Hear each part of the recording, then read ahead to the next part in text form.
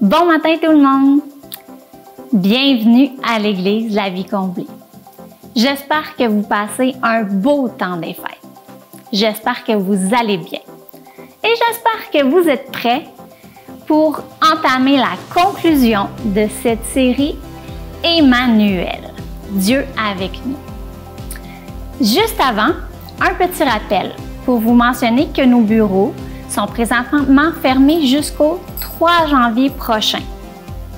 Cependant, si vous avez besoin, s'il y a une urgence, vous pouvez toujours nous rejoindre via notre page web www.laviecomblée.com ou encore en nous appelant tout simplement au 819-478-8967.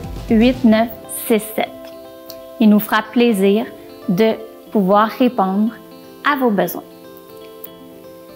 Je tiens aussi à vous rappeler que vous pouvez toujours donner si vous avez envie de semer, si vous avez envie de donner une offrande.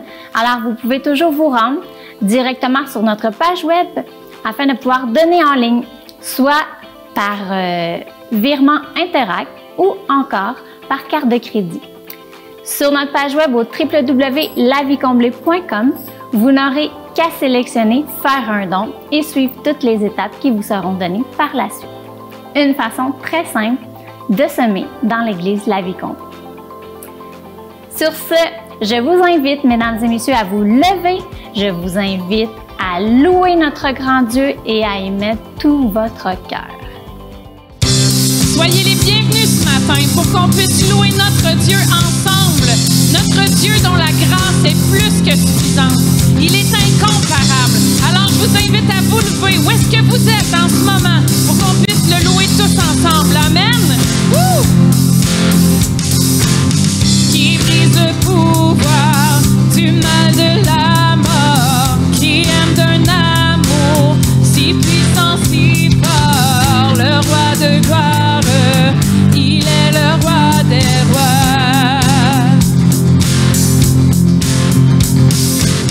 Qui secoue la terre par un saint tonnerre, qui nous émerveille par tant de mystères, le roi de gloire, il est le roi des rois. Quelle grâce incomparable, quel amour infini, que tu aies pris ma croix, que tu sois mort pour moi. Tu as donné ta vie pour qu'enfin je sois libre. Oh, Jésus, je te chante pour ce que tu as fait. Il est tellement bon, louons-le ce matin et déclarons-le de notre bouche. Amen. Qui ramène la paix dans la confusion, change les orphelins en fils et en filles, le roi de gloire, le roi de gloire, qui règne sur les peuples dans la vérité, brille comme le soleil de tout son éclat, le roi de gloire, il est le roi des rois. Oh, quelle grâce incomparable, quel amour infini, que tu aies pris ma croix, que tu sois mort pour moi. Tu as donné ta vie pour qu'enfin je sois libre. Oh, Jésus, je te chante pour ce que tu as fait.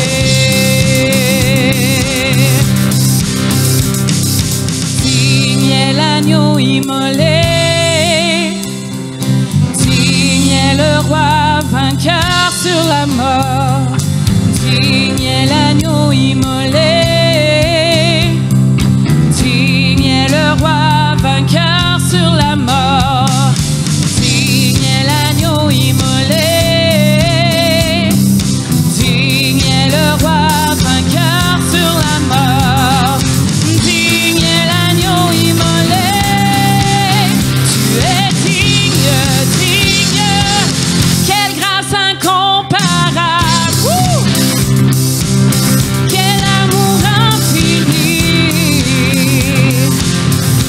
tu aies pris ma croix, que tu sois mort pour moi. Tu as donné ta vie pour qu'enfin je sois libre. Oh, Jésus, je te chante pour ce que tu as fait. Oh,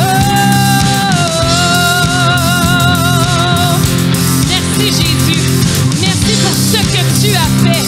Merci parce que tu es incomparable. Oh, merci Seigneur. Merci parce que tu es toujours avec nous. Parce que tu es toujours là au bon moment où il faut, quand il le faut, Seigneur. Et on veut te louer. Merci, Seigneur, pour qui tu es. Tu es tellement bon, Seigneur. Il n'y a personne comme toi. Tu es le roi de notre cœur.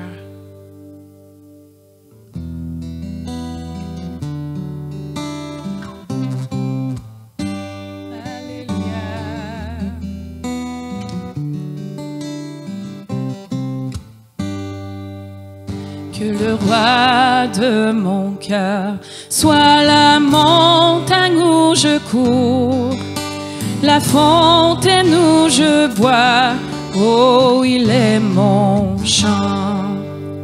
Que le roi de mon cœur soit l'ombre où je me cache, la rançon pour ma vie, oh, il est mon chant.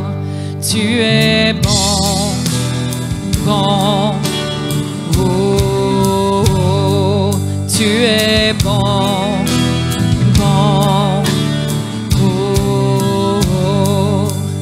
Que le roi de mon cœur soit la montagne où je cours, la fontaine où je bois, oh, il est mon chant. Que le roi de mon cœur soit l'ombre où je me cache, la rançon pour ma vie, oh, il est mon chant.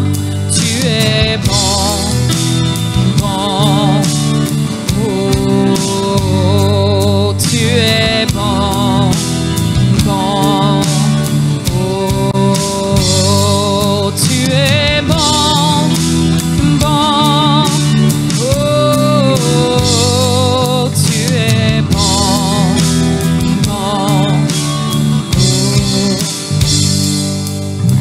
Le roi de mon cœur soit le vent dans mes voiles et l'encre dans mes vagues, oh, il est mon chant.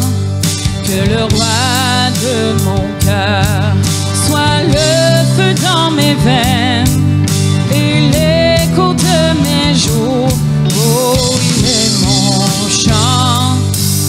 Que le roi de mon cœur soit le feu dans mes veines et l'écho de mes jours, oh, il est mon chant. Oui, tu es bon, bon, oh,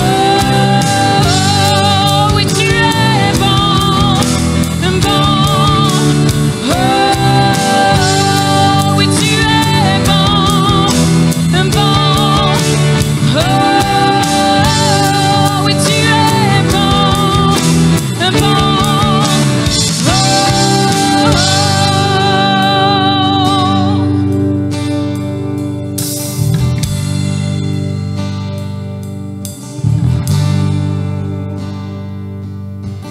Tu n'abandonneras, ne m'abandonneras jamais. Tu n'abandonneras, ne m'abandonneras jamais. Tu n'abandonneras, ne m'abandonneras jamais. Tu n'abandonneras, ne m'abandonneras jamais. Non, non. Tu n'abandonneras, ne m'abandonneras jamais. Tu n'abandonneras, ne m'abandonneras. Encore une fois.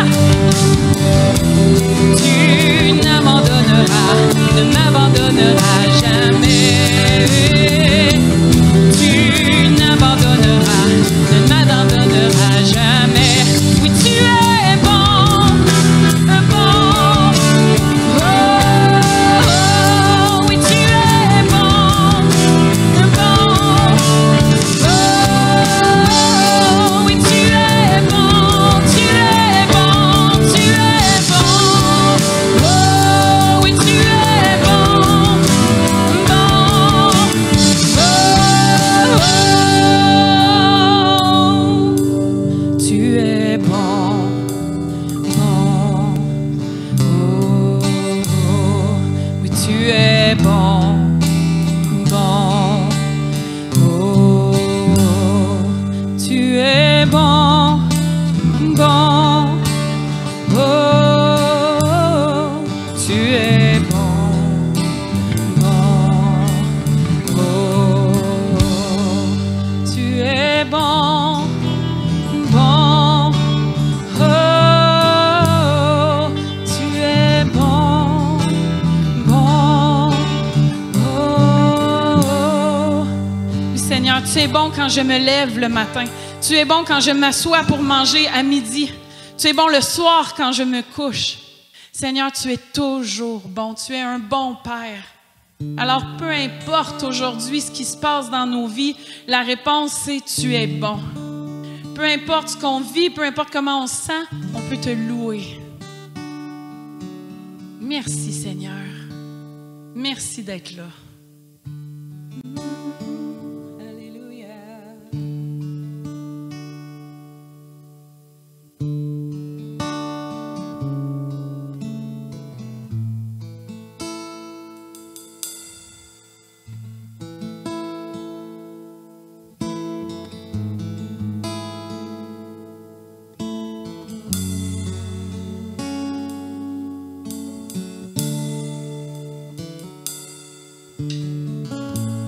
Je te loue, Seigneur, que mon cœur soit trouvé pur et droit devant toi. Je te loue, Seigneur, que ma vie te rende gloire, que ma voix te loue. Je te loue, Seigneur. Je te loue, Seigneur, que mon cœur soit trouvé pur et droit devant toi. Je te loue, Seigneur, que ma vie te rende gloire, que ma voix te loue. Sois loué.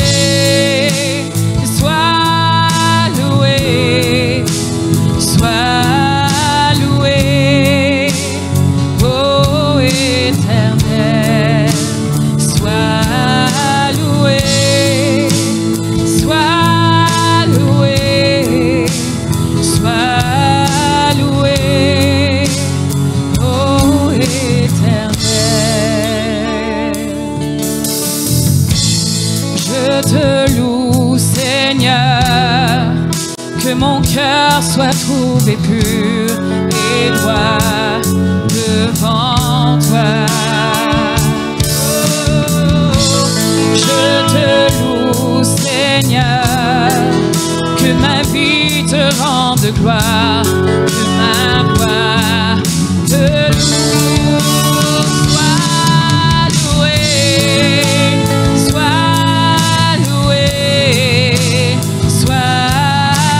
loué, ô Éternel. Sois loué, sois loué, sois loué, ô Éternel. Oui, sois loué, sois loué, sois loué, ô Éternel. Sois loué, sois loué, sois loué, ô Éternel.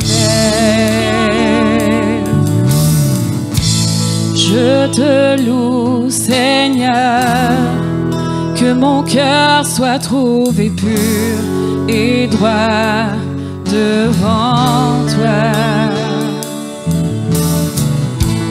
Je te loue, Seigneur, que ma vie te rende gloire, que ma voix te loue. Sois loué, sois loué, sois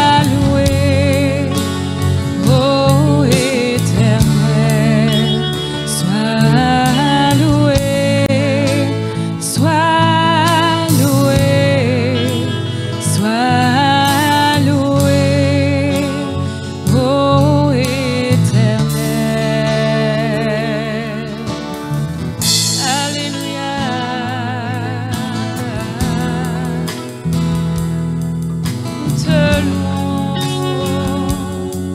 Jésus.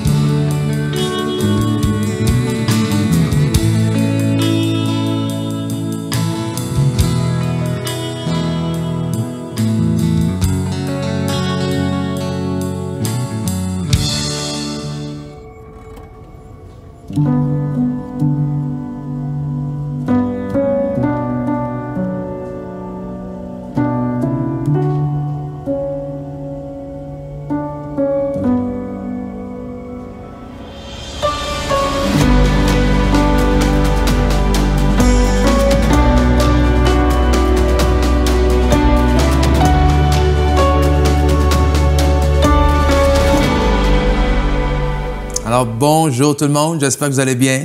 Ici Pasteur Ken Mafou, comme nous avons l'habitude déjà depuis plusieurs semaines, voire mois, qui a un plaisir de vous retrouver en ligne aujourd'hui. Puis, en ce temps des fêtes, j'ose d'abord espérer que malgré tout, malgré la situation pour le moins particulière, ok, c'est le mot que je vais employer. Je vous laisse employer le mot que vous désirez, mais je vais choisir le mot particulier.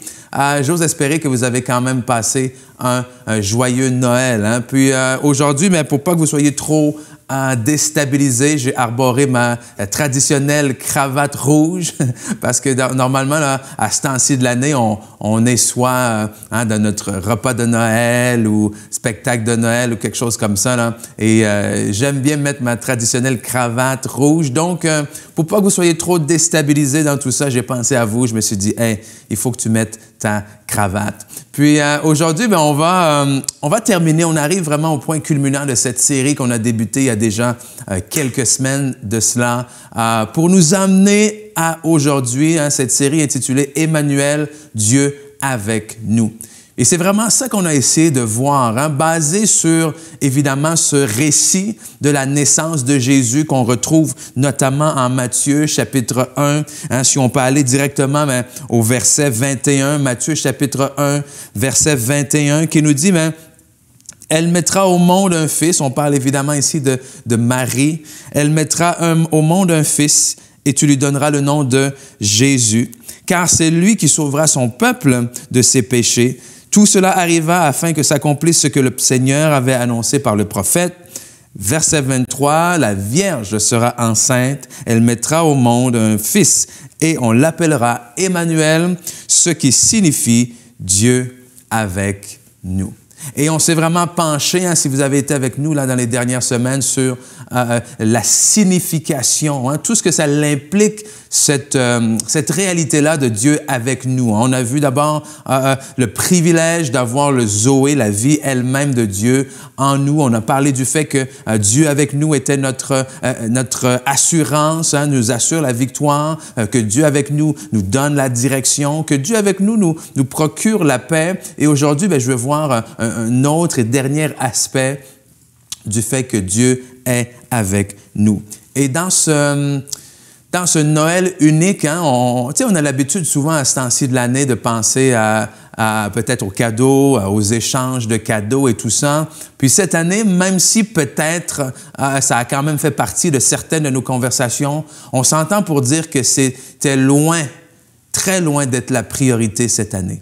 La priorité, c'était plus, écoute, est-ce qu'on va pouvoir être ensemble? Et on réalise quelque chose qu'on dit depuis des années. Noël, c'est pas juste les cadeaux, c'est pas juste la nourriture, même si on aime les cadeaux, même si on aime définitivement la nourriture de Noël, mais on réalise que la plus belle chose dans ce qu'on peut appeler l'esprit des fêtes, c'est quoi? C'est d'être ensemble, c'est la présence des uns avec les autres.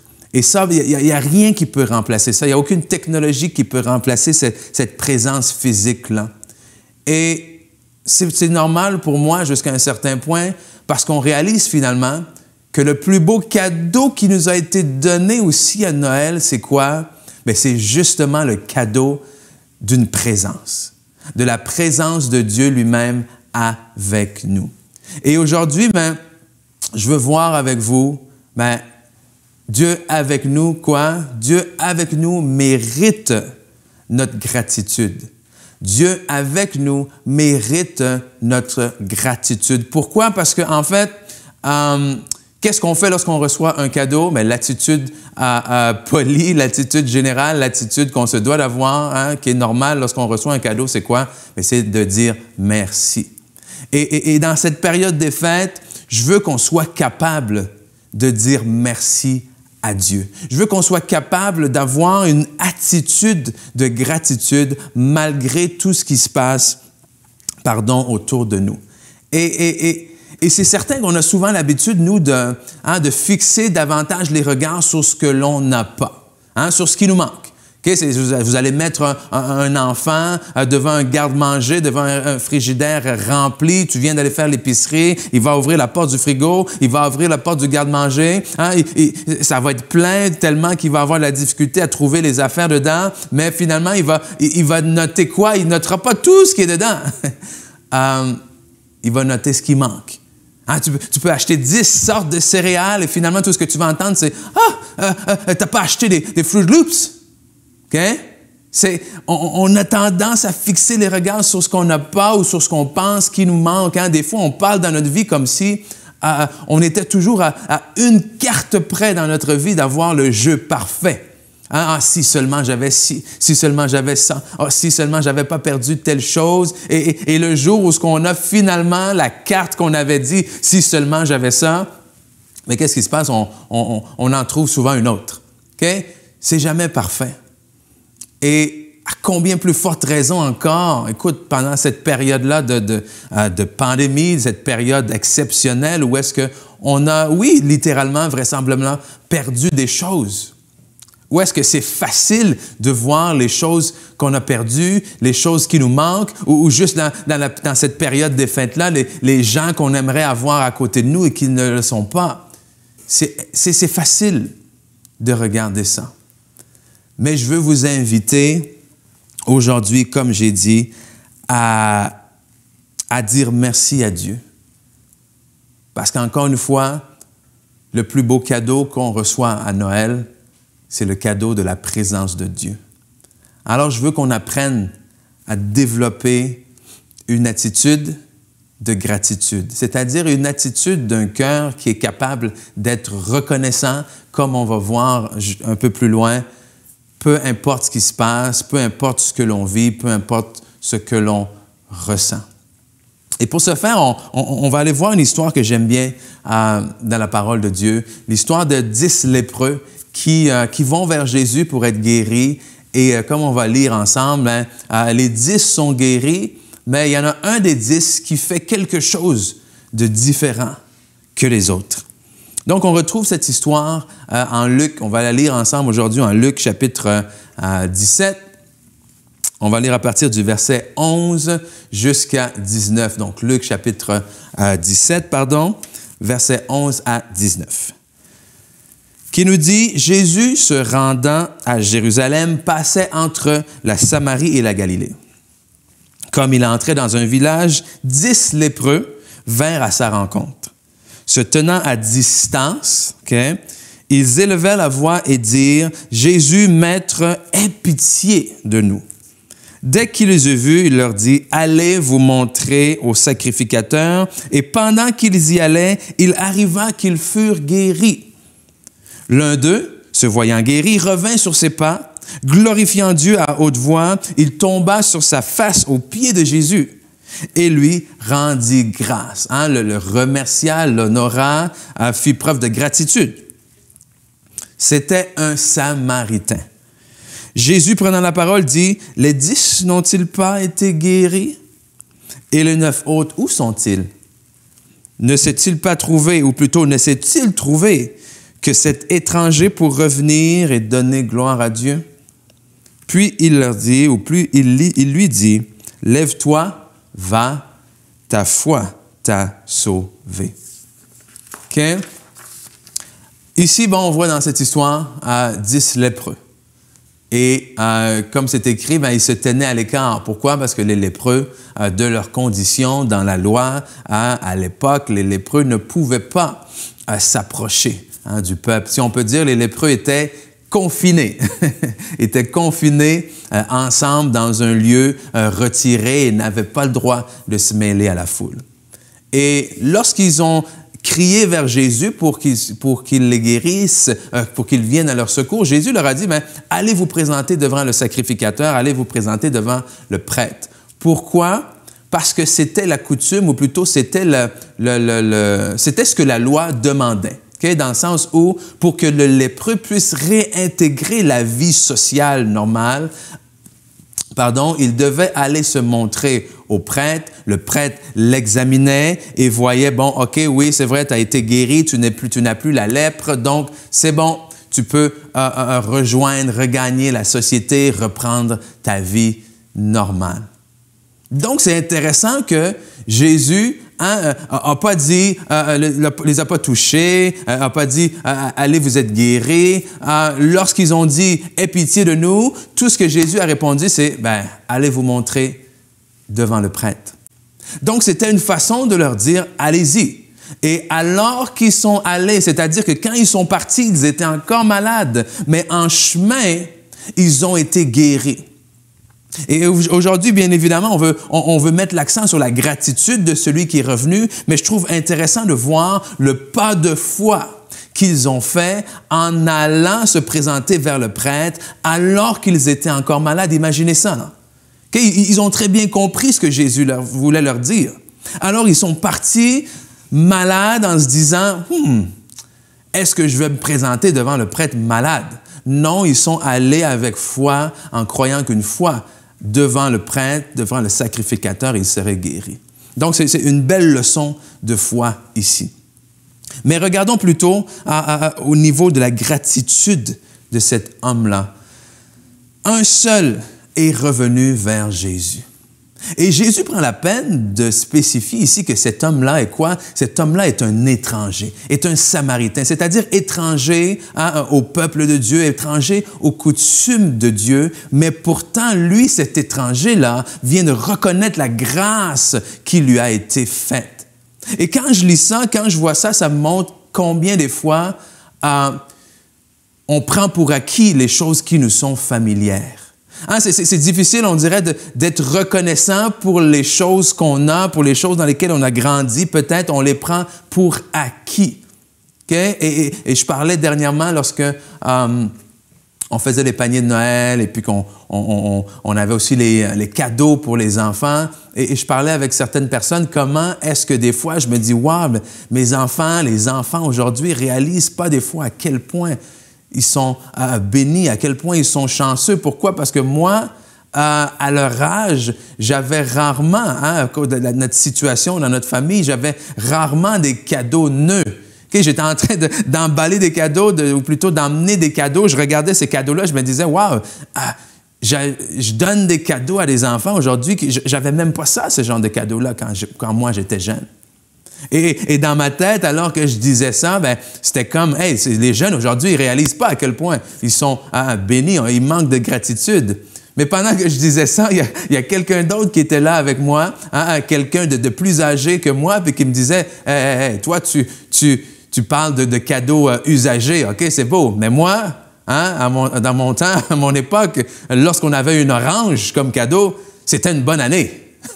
OK? Et là, je me disais, oh boy, OK, une orange, je donne une orange à mes enfants aujourd'hui, wow, OK, je ne sais pas qu'est-ce qu'ils vont faire avec, ils vont me la relancer dessus, je ne sais pas, OK? Mais tout ça pour montrer que, wow, plus on est familier avec quelque chose, plus on est habitué, en fait, on va le dire comme ça, plus on est habitué de recevoir, ou plus on est habitué d'avoir quelque chose, plus il semble difficile d'être reconnaissant. On le voit avec Jésus, Jésus avec sa propre patrie. Qu'est-ce que ça nous dit? Ça nous dit que quand il est allé chez les siens pour guérir les malades, les gens ont dit quoi? On dit, hey, on le connaît, ce gars-là. Est-ce que c'est pas le fils de Joseph? C'est Jésus. Ben oui, on connaît, c'est Jésus. Et à cause de cette familiarité-là avec Jésus, ça les a empêchés de recevoir ce qu'il était venu leur apporter.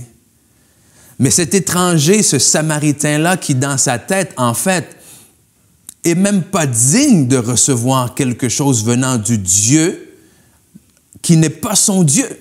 Amen?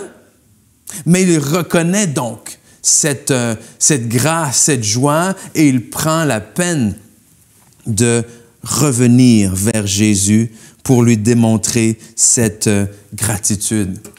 Alors j'aimerais pour nous, pour ceux d'entre vous qui écoutez en ce moment, qui vous considérez comme enfants de Dieu, j'aimerais qu'on ne devienne pas des enfants ingrats, des enfants qui demandent toujours davantage que ce qu'ils ont, des enfants qui cherchent toujours à avoir en fait ce qu'ils n'ont pas, mais de reconnaître au contraire qu'avec notre Père céleste, nous avons tout ce dont nous avons besoin. Et qu'on va apprendre dans cette période des fêtes, dans cette période où Dieu nous a donné le plus beau des cadeaux, mais à être des gens reconnaissants, à être des gens qui vivent dans une attitude de gratitude. Donc, comment est-ce qu'on peut développer cette attitude-là? Eh bien, c'est ce qu'on va voir ensemble ce matin. OK? Donc, la première des choses que je veux vous dire, c'est que la gratitude n'est pas en fonction de ce que nous possédons. OK? La gratitude n'est pas en fonction de ce que nous possédons. Et c'est très important de comprendre ça. Parce que, bien évidemment, c'est beaucoup plus simple de dire « je suis reconnaissant à Dieu pour » et de regarder les choses que nous possédons, les choses que nous avons, et de dire « mais oui, moi, je suis reconnaissant à Dieu à cause de telles choses-là. » Et je ne suis pas en train de dire que c'est mal, je suis juste en train de dire que c'est plus simple. Mais une attitude de gratitude ne dépend pas de ce que l'on possède ou de ce que l'on ne possède pas. Pourquoi? Parce que si je suis reconnaissant à chaque fois seulement pour ce que j'ai, alors le jour où je vais avoir moins que ce que je pense que je mériterais ou ce que je voudrais, alors ma gratitude là va être affectée. OK? Mais je compare ça beaucoup à la générosité. Où est-ce que quelqu'un de généreux est généreux, peu importe s'il a beaucoup ou non? Évidemment, la générosité se manifeste beaucoup plus facilement, semble-t-il, plus on possède. Okay? Si je suis quelqu'un de généreux puis qu'en plus j'ai beaucoup de biens, mais on dirait que c'est facile pour moi de démontrer cette générosité-là. On dirait qu'elle se manifeste d'une manière plus visible. Mais la réalité, c'est que quelqu'un qui est profondément et sincèrement généreux va donner peu importe la quantité de ce qu'elle possède ou non. La personne généreuse va donner même le peu qu'elle a.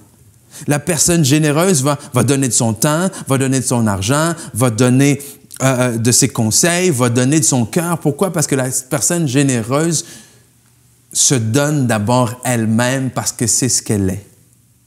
Et pareillement, lorsqu'on compare ça avec la gratitude, c'est la même chose. Où est-ce que c'est pas seulement quelque chose que l'on donne à Dieu, quelques remerciements, mais c'est quelque chose que je deviens. C'est une attitude qui m'habite. C'est cette attitude-là d'être constamment dans la reconnaissance. Peu importe ce qui se passe, ou plutôt peu importe ce que je possède.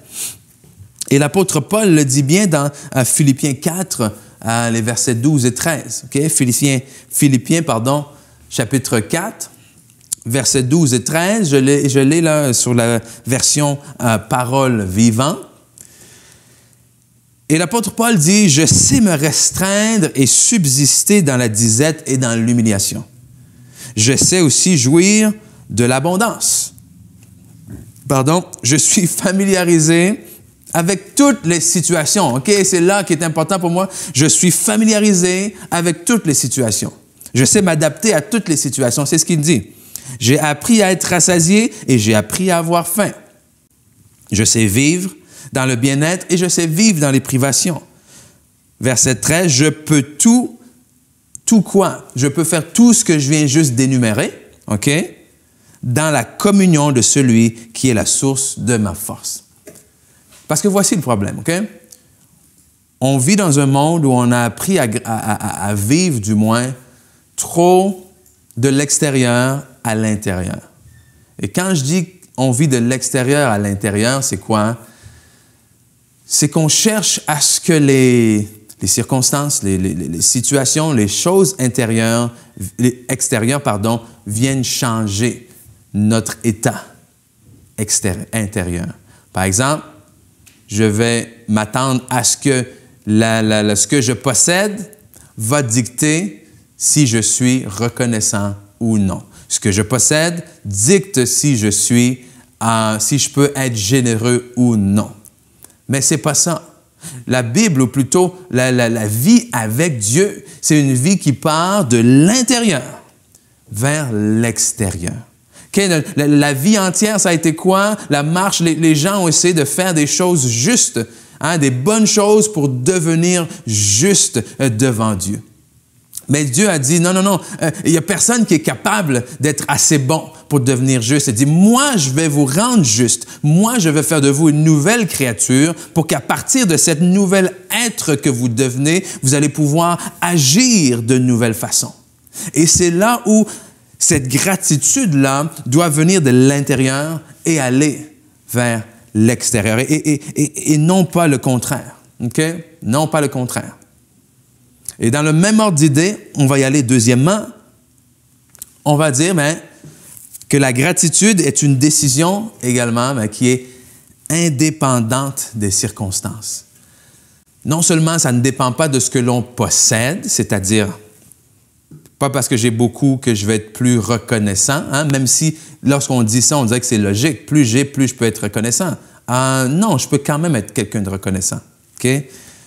Mais non seulement ça, cette reconnaissance-là est une décision qui dépend pas des circonstances. OK? 1 Thessaloniciens, chapitre 5 et le verset 18, nous dit « Rendez grâce en toutes choses, car c'est à votre égard la volonté de Dieu en Jésus-Christ. » Okay? Il y a plein de choses intéressantes dans ce court verset-là. Premièrement, il nous dit de rendre grâce en toutes choses. OK? Et je pense que, comme à chaque fois, c'est important de souligner ici, de préciser qu'il ne nous dit pas de rendre grâce pour toutes choses. Okay? Des fois, on a pris ce verset-là et on l'a poussé à l'extrême. On rend grâce à Dieu. J'ai perdu mon emploi. Alléluia, merci Seigneur, j'ai perdu mon emploi, je te rends grâce. Je me suis cassé la jambe. Okay? Oh, gloire à Dieu, merci Seigneur, je me suis cassé la jambe, je te rends grâce.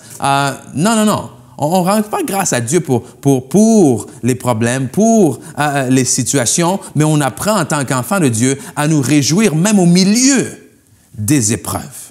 Amen? Au milieu des circonstances. Ou lorsque je perds mon emploi, je peux rendre grâce à Dieu en lui disant, Seigneur, je te rends grâce parce que même si j'ai perdu mon emploi, je sais que tu prépares quelque chose d'autre pour moi. Je rends grâce à Dieu parce que je dis à Seigneur, même si, par exemple, je me suis cassé la jambe, je sais que tu prends quand même soin de moi et tu prépares une issue dans les plans, les projets merveilleux que tu as déjà préparés pour moi. Donc, c'est toute une autre attitude où est-ce que on ne remercie pas Dieu pour le malheur ou les choses qui nous arrivent, mais on remercie Dieu. Pourquoi?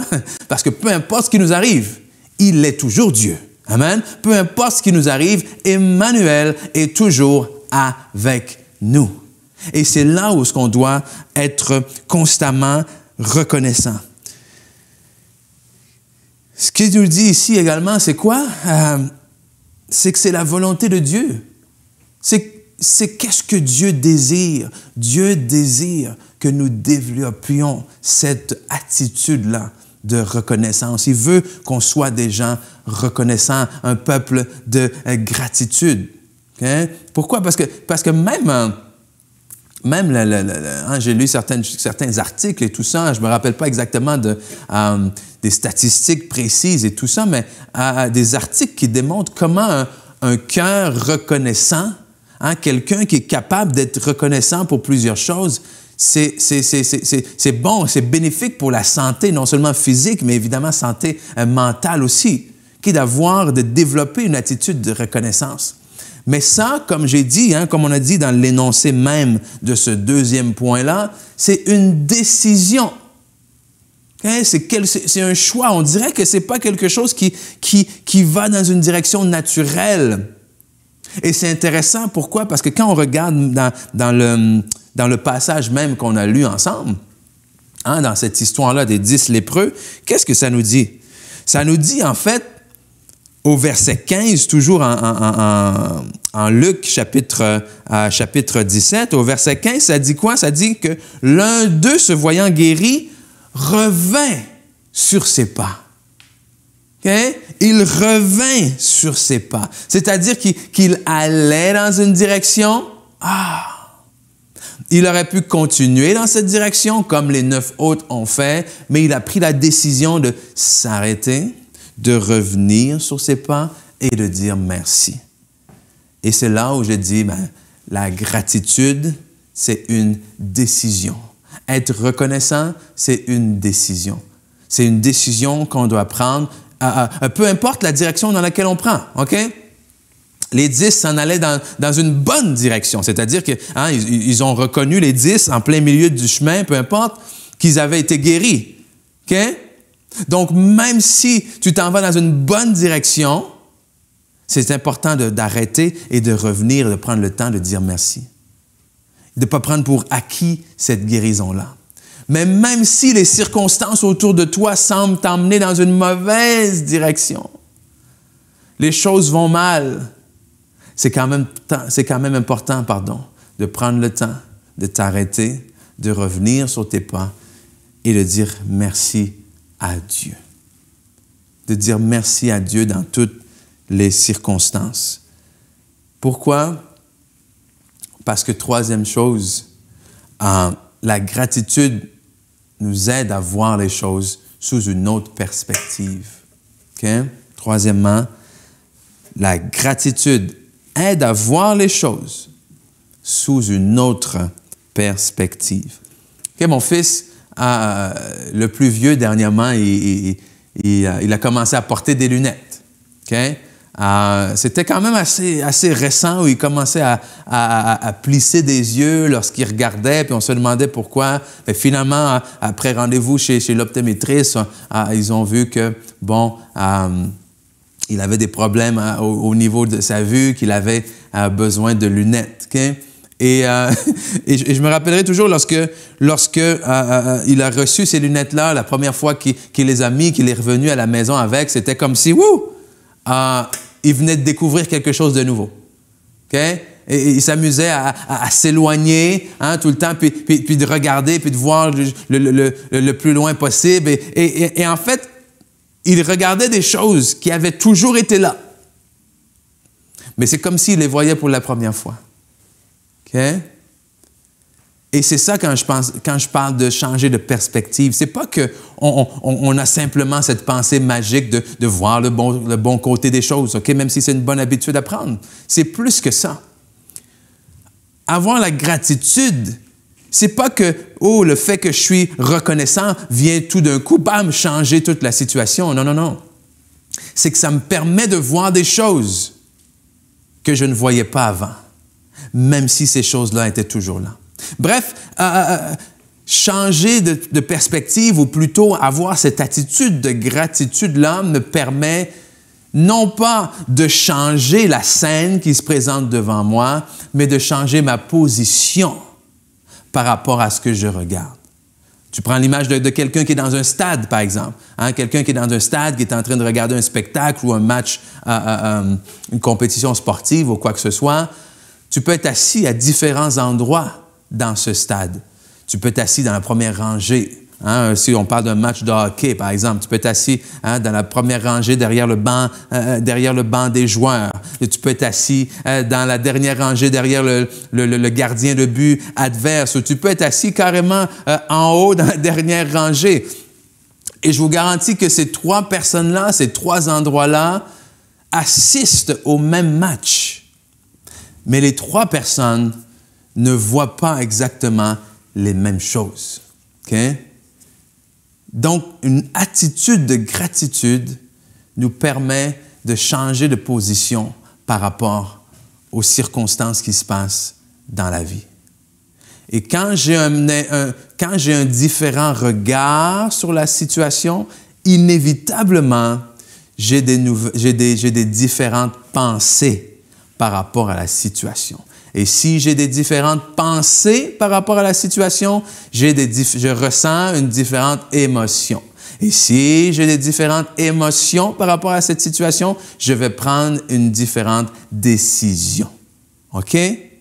Tout ça partant de quoi? Tout ça partant de la manière dont j'ai décidé de regarder la situation dans laquelle je me trouve. Et juste parce que je l'ai regardé d'une manière différente, alors mon action va être portée sur quelque chose de positif plutôt que tout ce qui est négatif. Et alors là, l'issue de tout ça ne peut pas faire autrement que d'être positif. Okay? On va se dire la vérité là. Si tout ce que vous faites, c'est de regarder ce qu'il y a de négatif, mais comment est-ce que vous voulez que l'issue soit positive? Okay? Ça ne peut pas fonctionner.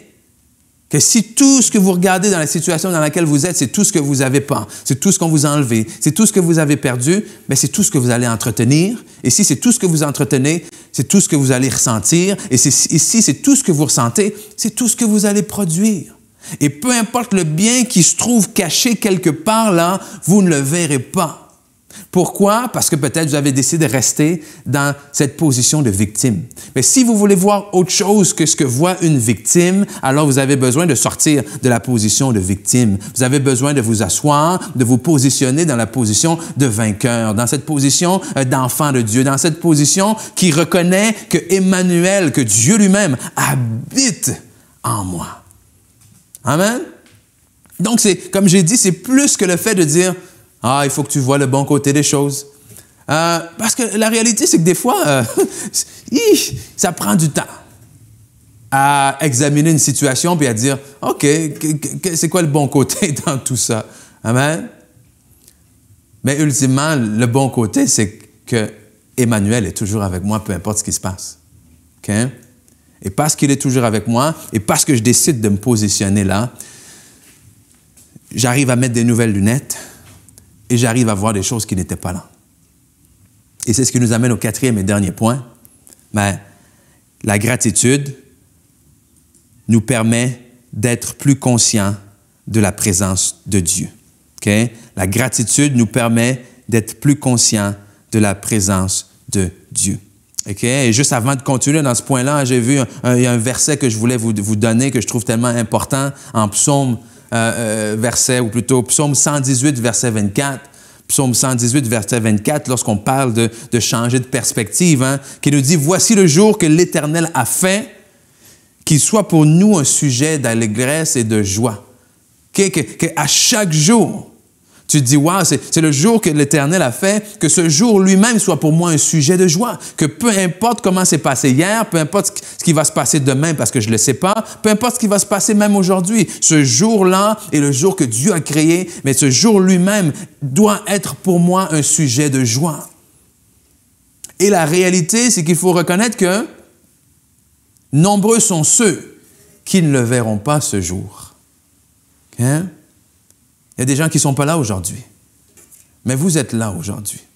Donc déjà, si vous voulez changer de lunettes, bien, remerciez déjà le Seigneur pour le fait que vous êtes là aujourd'hui. Okay?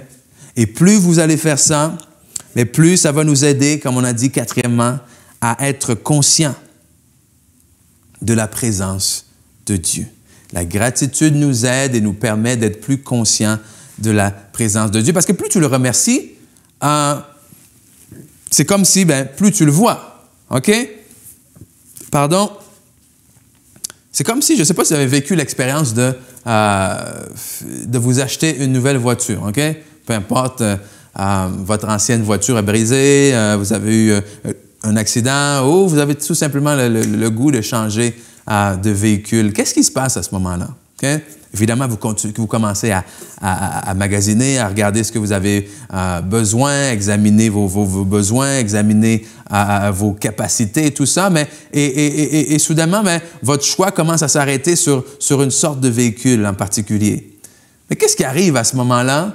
Je ne sais pas pour vous, mais c'est comme si moi, à ce moment-là, hein, par exemple, moi, la dernière voiture que je me suis achetée, OK, là, c'est une Kia Sorento noire. Et c'est comme si, du moment où j'ai décidé d'acheter une Kia Sorento noire, on dirait que je voyais toutes les Kia Sorento noires sur la route. Il avait toujours été là. Mais du moment où j'ai décidé de m'acheter ça, on dirait que tout d'un coup, j'ai remarqué, à chaque fois que je conduisais, je remarquais, hey, voici une Kia, hey, c'est une autre Sorento, hey, c'est une autre Sorento, hey, une Sorento comme la mienne. Mais avant, c'est comme si, entre guillemets, j'en avais jamais vu.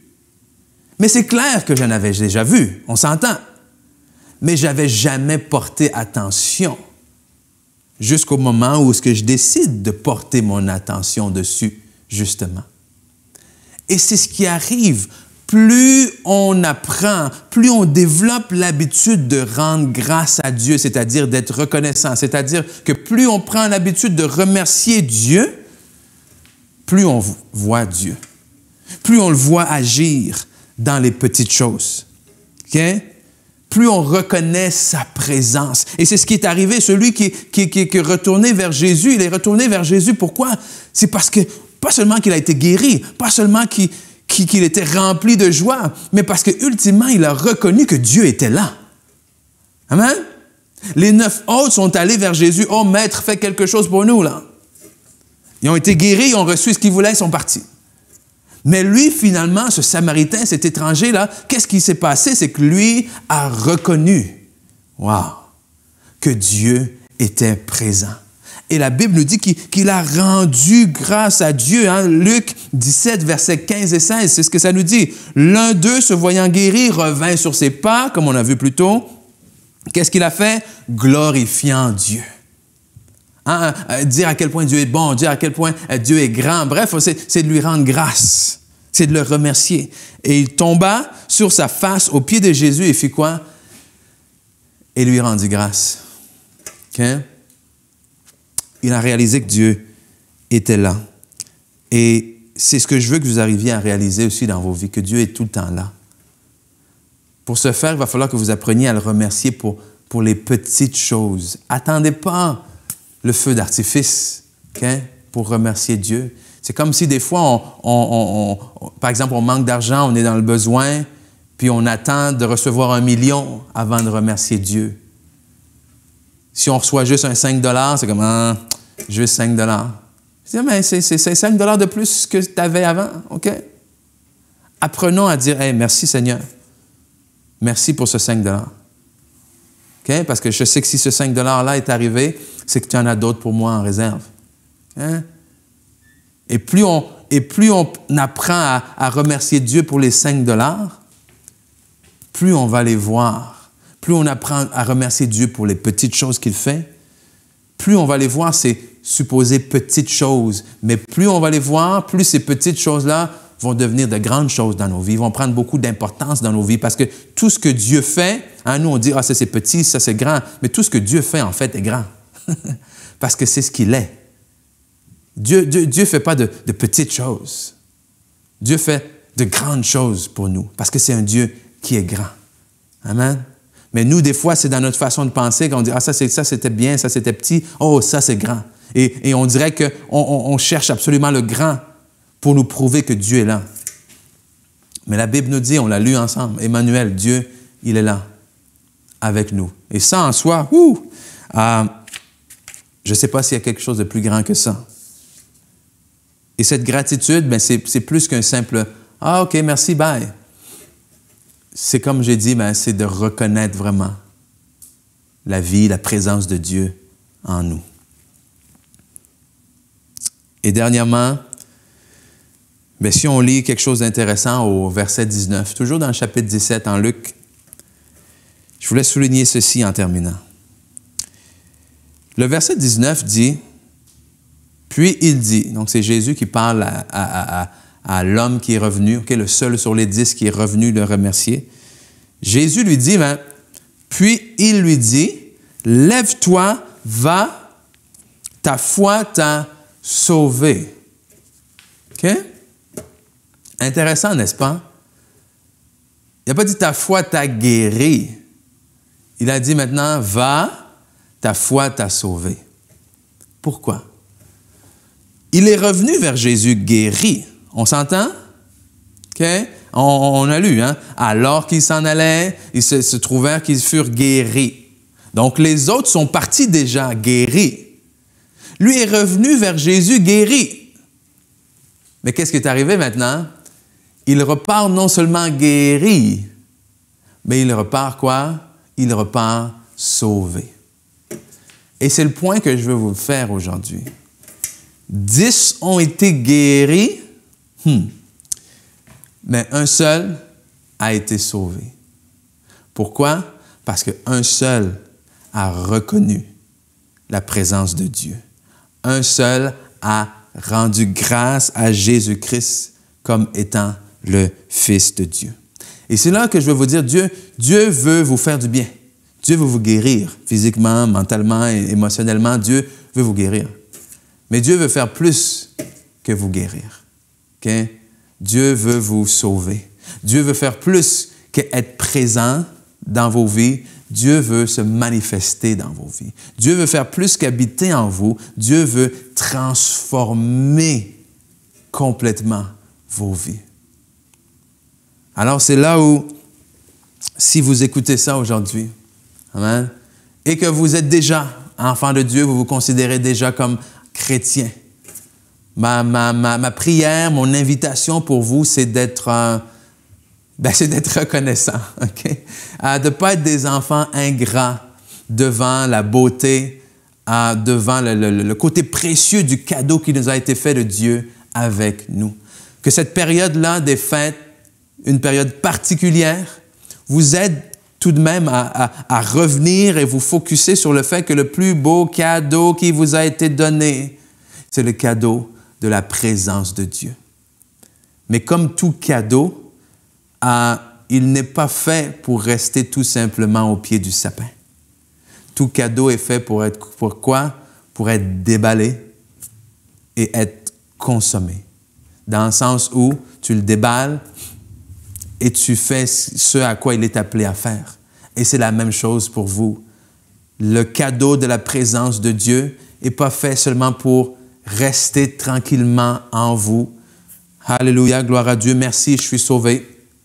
Non. Ce salut-là, il est là pour que vous puissiez le vivre, OK?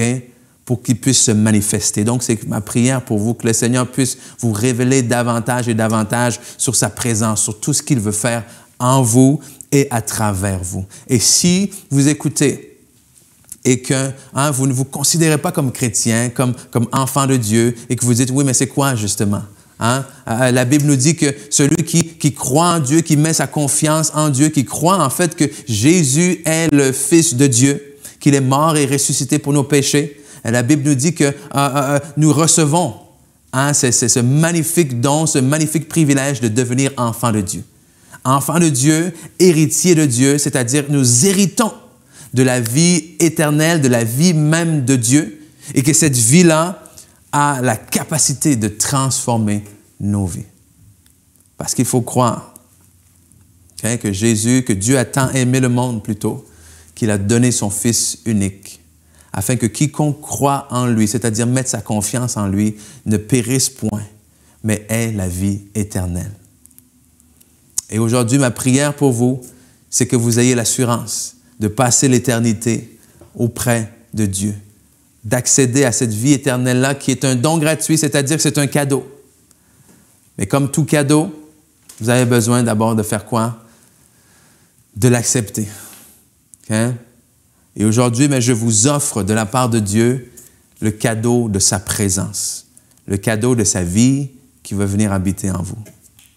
Alors, si vous voulez recevoir ce cadeau-là aujourd'hui, eh bien, je vous invite tout simplement à faire cette prière-là avec moi, à répéter ces quelques paroles-là avec moi et de dire, Père éternel, je te remercie. Je te remercie pour le don gratuit de ta présence, pour le don gratuit de ton amour et de la vie éternelle. Aujourd'hui, je te demande pardon pour mes péchés, pardon pour mes manquements, et je décide et je confesse que Jésus est le Fils de Dieu. Je crois qu'il est mort et ressuscité pour mes péchés et qu'en lui, j'ai la vie éternelle. Alors aujourd'hui, je reçois dans le nom de Jésus et je te remercie. Amen. Amen, amen. Alors, si vous avez fait aujourd'hui cette prière, on veut d'abord vous féliciter, puis on veut vous aider, vous accompagner dans cette nouvelle marche-là, dans cette nouvelle vie-là, parce que la Bible dit que celui qui met sa confiance en Jésus-Christ devient une nouvelle créature. C'est-à-dire que les choses passées sont passées, les choses anciennes sont passées et que tout devient nouveau. Donc, soyez reconnaissants pour cette vie nouvelle-là. Puis, s'il vous plaît, développez ce cadeau-là. On veut vous aider à développer ce cadeau-là et à pouvoir jouir de tout ce qui est contenu dedans.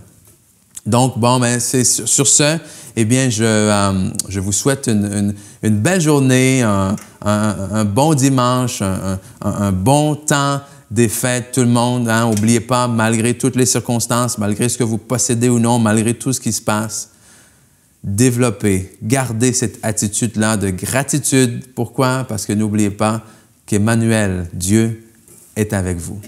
Amen. Soyez bénis. Bye bye. À la prochaine. Donc, si c'est vous ce matin qui avez fait cette prière, si c'est vous qui avez accepté Jésus comme votre Seigneur, votre Sauveur, aujourd'hui pour la première fois, alors n'hésitez pas.